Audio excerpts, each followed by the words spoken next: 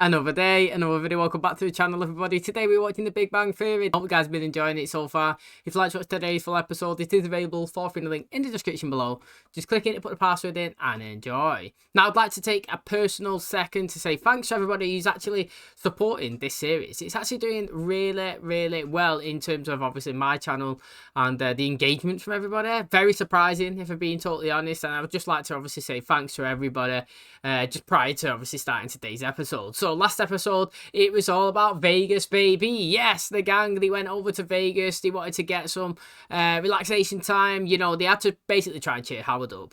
Sadly for him, his relationship with Leslie broke down. She called him, she broke it off, and I'm pretty gutted a little bit about that because we had 2 episodes of them potentially being together. We had 2 episodes with Leonard and Stephanie as well. I think that we could have extended it a little bit more, but it did pull a good episode. They went there, they was hit on by a prostitute, you know. Raj and Leonard was like, look mate, do you know what? We're not the type of guys that really need this, but Howard kind of does. You know, he needs, you know, he needs picking up. He needs to get back on the horse. He paid for her. She's gone over. She's asking him, like, how does he think about brisket? She was saying all these things that he's very interested in. He went over. He asked his friends. He was like, look, mate, you know, is she a hooker? They was like, yeah. He was like, have you paid for it? They was like, yeah. He was like, thank you. You know what I mean? He was basically loving it. He had to make the best of the situation, and you know, Howard does that in style, doesn't it? So it's going to be interesting to see obviously what we do for the last 2 episodes, to be honest. I'm excited to see how we finish the 2nd season. Thanks for checking out today's. If you do enjoy it, please smash like, it really helps out. Subscribe if you're new, and as always, let's jump into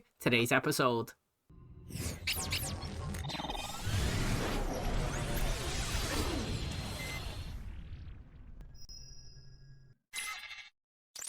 Smell that? That's the smell of new comic books. They're on me today, boys.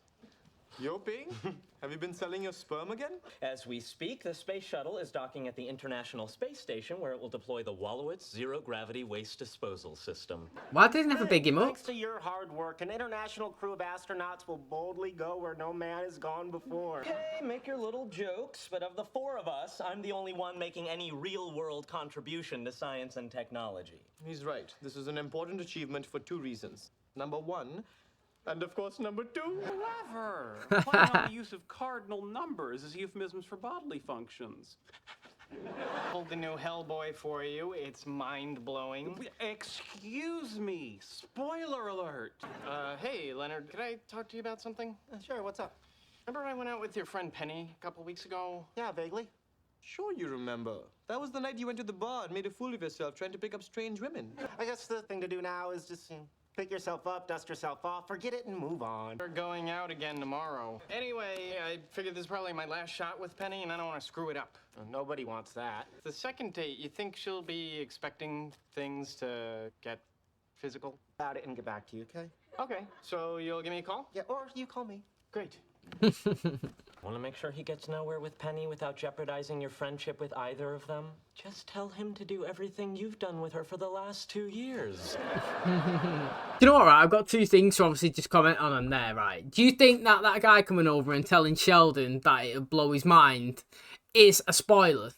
Because I actually do think it's a spoiler in like a different context way. Like, you've not spoiled the thing that's happening in there, or like you're watching a movie, but like if somebody says like, oh, we're going to watch this new movie that's come out, and then someone's like, seen it's garbage, you're like, well, spoiler, you know what I mean? Like, at least let me watch it. And I've got a friend who does that, and then they're like, well, I've not told you what's happening inside it, you know, like, I've not really explained anything that's going on. It's like, yeah, but you just told me the film's crap, you know what I mean? Like, or you told me it's great, so then now I'm going into it, I can't wait to watch it, and then if I come out and I just think it's mediocre, then you've got my high hopes up, do you know what I mean? So I actually do class that as a spoiler.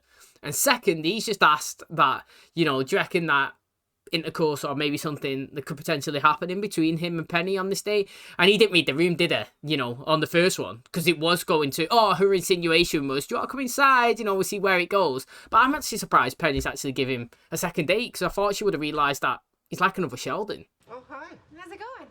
Good. You? Fine. You know your friend Stuart? Well, he asked me out again, and I said yes, and then I started thinking maybe I should talk to you first. You and me. No, that's the past. I'm really more of a right now kind of guy. Of course, my fondness for classic science fiction does draw my attention backwards, but those stories often take place in the future. So, Okay, well, that's really cool of you. yeah, well, I wouldn't say cool, I'd just say, that's Leonard. But yeah, Stuart thrives under pressure. That's why he works in a comic book store. Stuart. You're not going to answer it? I knew he was going to say that. He wants to talk about Penny. I don't want to talk about Penny. I'm not answering the phone, Sheldon. Answer the phone, Leonard. No! His personality's like, but that's what a phone's It went for. to voicemail. Are you not going to listen to the voicemail? Aren't you going to check your messages? No. Leaving of a message is one half of a social contract, which is completed by the checking of the message. Guys, we have a code red. You mean Code Red the hospital emergency alert, Code Red the computer worm, or Code Red the cherry-flavored soft drink from the makers of Mountain Dew? Look, I was going over the schematics on my zero-G toilet, and I made a teeny tiny mistake on the specifications for the diverter valve. Have you notified NASA? Oh, you crazy? What am I gonna say? I screwed up your toilet, and pretty soon there's gonna be crap floating all over your nice, shiny space station? It's a juxtaposition of the high-tech nature of space exploration against the banality of a malfunctioning toilet that provides the comic fodder here. Do you know what, right? I'm not being funny, but this is a situation where, okay, he's created this toilet and it's gone up into space and XYZ and it's going to break, right? But should this not have been put through rigorous testing from not just only him, but from a lot of people? Do you know what I'm saying? If somebody creates a car, for example, or the brakes, let's go with the brakes, you know, you wouldn't think that if I worked for Ford and I was like, yo, here's a new brake system, it's cheaper or whatever, it could do this, that they would test it a couple of times. Well, they would test it more than 10, surely. Do you know what I mean? Like, you would have thought that they would have tested this product under the climate that it would have been used more than 10 times. So, it's not just his failing, it's a collective, massive group, isn't it? It should be a big chain of people. But also, I kind of understand this situation. Before he actually tells them that there's a potential problem, why not come to him with a solution first before the problem arises? Which I kind of get. You got to respect it as well. Instead of running and hiding, he's trying to find a solution so he can fix it. All right, this is an exact duplicate of the Wallowitz zero-gravity human waste disposal system as deployed on the International Space Station. Don't you mean the Wallowitz zero-gravity human waste distribution system?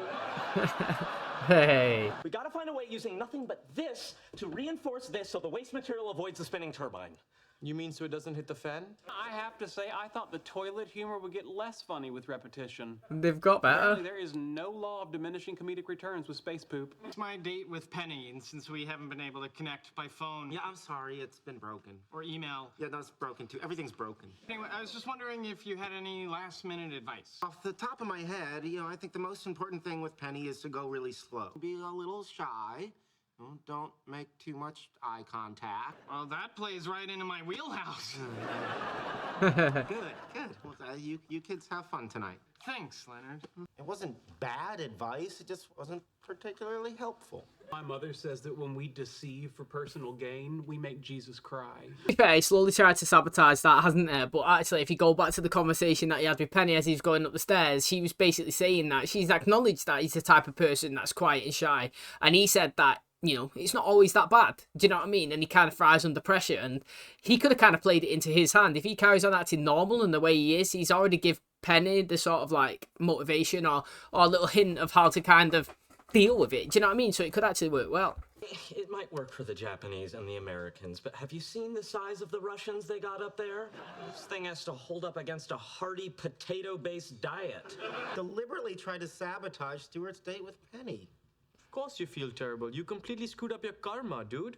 For every action, there's an equal and opposite reaction. Leonard pretends to be a friend and acts like a two-faced bitch.